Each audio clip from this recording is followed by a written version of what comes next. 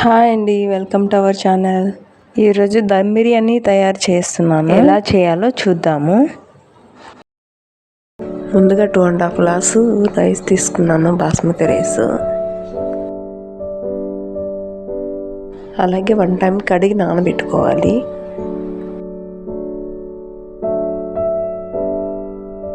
ముందుగా సన్నగా తరిగి పెట్టుకున్న ఆనియన్స్ ఫ్రై చేసుకోవాలి.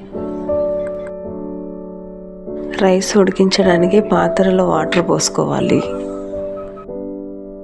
అలాగే మనం తీసుకున్న మసాలా దినుసులన్నీ వేసుకుంటున్నాను.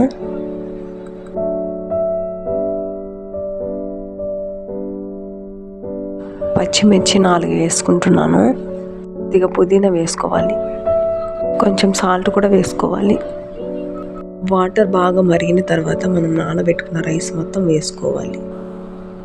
70% మాత్రమే ఉడికించుకోవాలి. చిన్న మంట మీద ఉడికించుకోవాలి. ముందుగా చికెన్ కడిగి పెట్టుకోవాలి.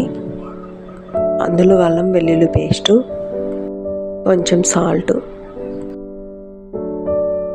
బిర్యానీ ఆకు 1,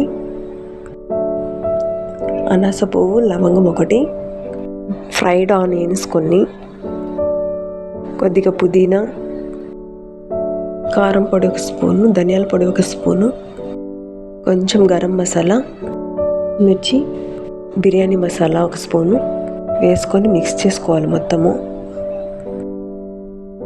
కొద్దిగా ఆయిల్ వేసుకొని కలుపుకోవాలి.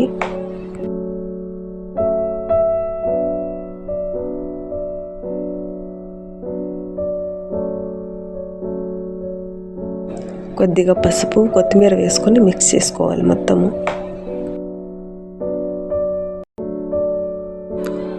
1 కప్పు పెరుగు వేసుకొని బాగా మిక్స్ చేసుకోవాలి.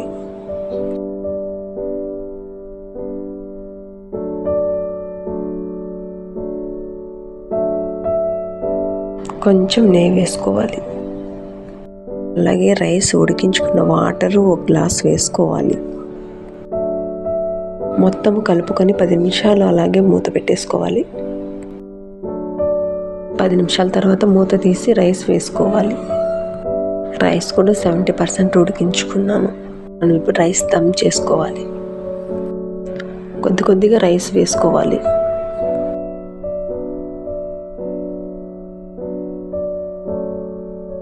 కొంచెం నెయ్యి వేసుకున్నా. కొద్దిగా పుదీనా వేసుకోవాలి. మళ్ళీ కొద్దిగా రైస్ వేసేసుకున్నాము. కొద్దిగా ఫ్రైడ్ ఆనియన్స్, మిరియాల పొడి వేసుకున్నాను. ఇప్పుడు మనం మొత్తం రైస్ వేసేసుకుందాము. ఫైనల్గా కొంచెం పుదీనా వేసుకోవాలి. కొద్దిగా ఫ్రైడ్ ఆనియన్స్ వేసుకోవాలి.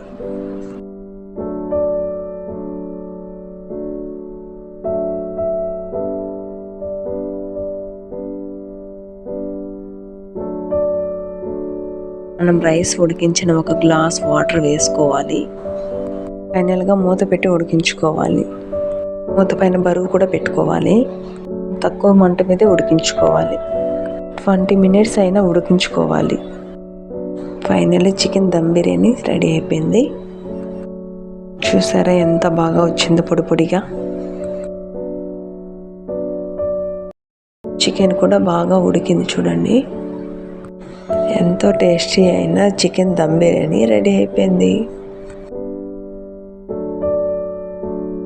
అలాగే మన ఛానల్ని లైక్ అండ్ షేర్, సబ్స్క్రైబ్ చేసుకోండి.